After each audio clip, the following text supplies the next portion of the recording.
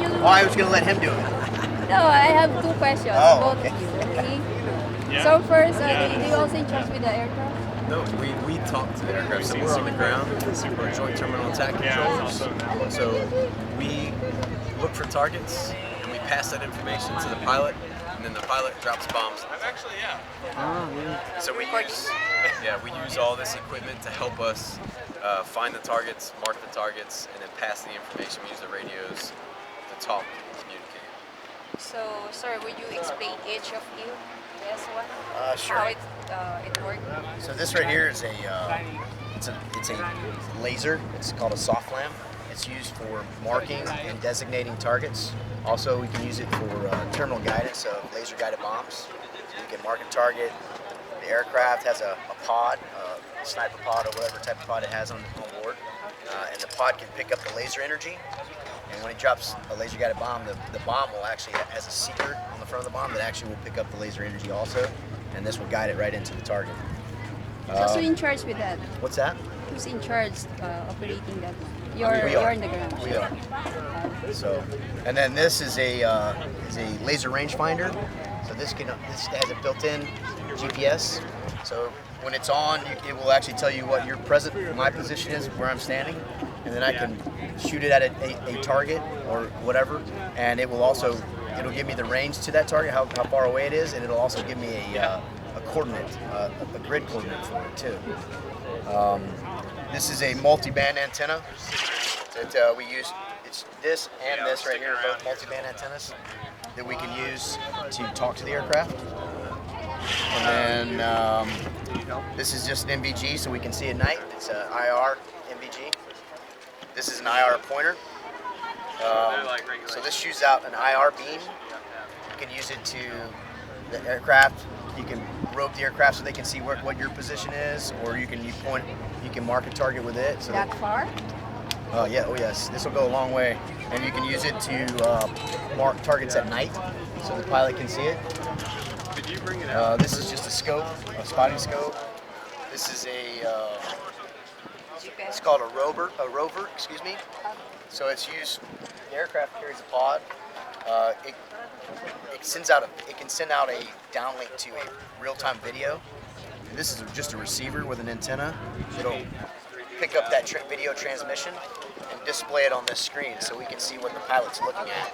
And it basically, it helps so the person on the ground and the pilot both can correlate together to make sure we're both looking at the right target. Another laser rangefinder, and then this is also a handheld laser marker, just like this, except it's handheld and a little more portable.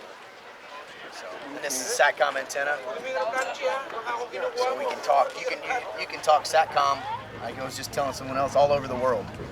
We can talk to someone back in the United States or in Europe or anywhere else in the world using a SATCOM antenna and a radio using the right frequencies. The SATCOM antenna will transmit whatever you say to a satellite and then send it back down to whoever you're talking to their receiver.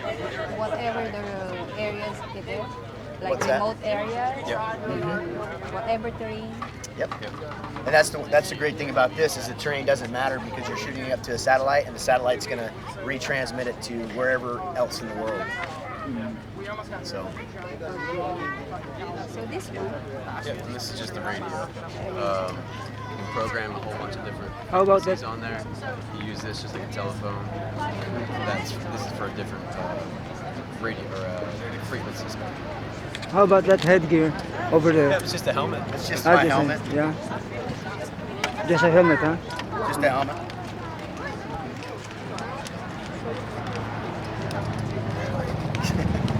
Couple pieces. So during Balikatan, this event, you were the one who's training your Filipino brothers. We do. Yes. We train the Filipino forward air controllers out in Pro Valley.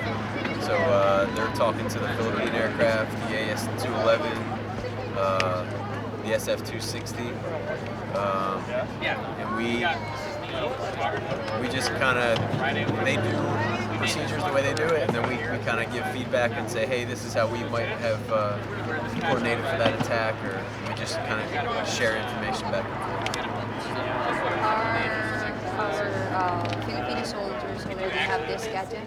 They don't have all these. They have radios that are kind of similar, but they don't have all these other marking devices like we do. But they were able to avail if they wanted to. They were able to. Avail if they wanted to. Are they available to them? Yes, yes, yes. Can they buy this? Can the they government buy this? Yes, the Buy Philippine them. government can purchase them. Absolutely. I'm not sure how. But it's not exclusively for Americans. No. No, I don't think so. Okay. And they're just made by, different companies make them. So Okay. So during the Yolanda typhoon, are we able to use these gadgets? I think In so. Tacloban, the Haiyan super typhoon. Can this be used for rescue operation? Yes, absolutely. Really? Yes. A lot of this could be used. The radios, the video downlink, a lot of this could be used. This stuff is mostly designed for Yeah, and that combat operations mainly, but some of it you absolutely could use for rescue operations as well. that helicopter back there is for rescue.